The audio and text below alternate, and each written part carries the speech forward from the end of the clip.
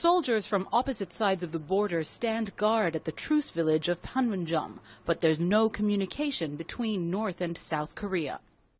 The North Koreans have been refusing to pick up their end of the official hotline used for making and receiving calls. Now the government in Seoul is making a formal offer for talks.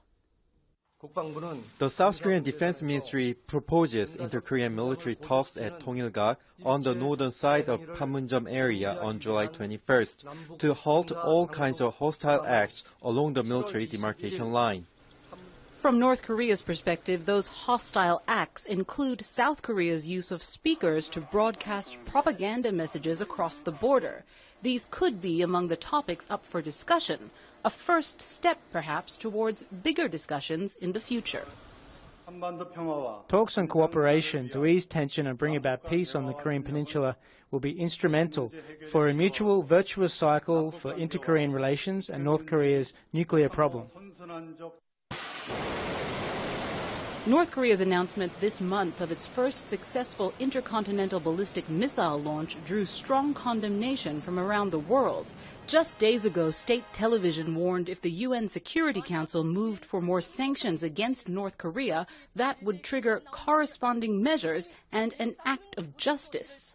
The unification minister here in Seoul says South Korea will respond sternly to provocative acts from North Korea.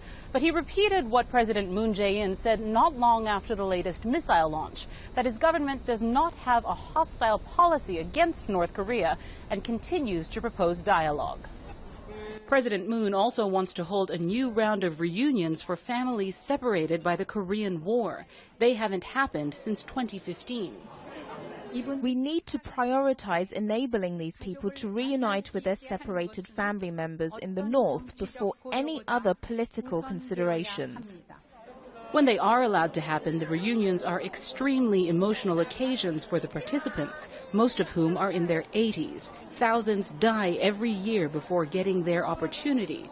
So the South Korean government says this must be a high priority, despite the tensions that remain on the peninsula. Kathy Novak, Al Jazeera, Seoul.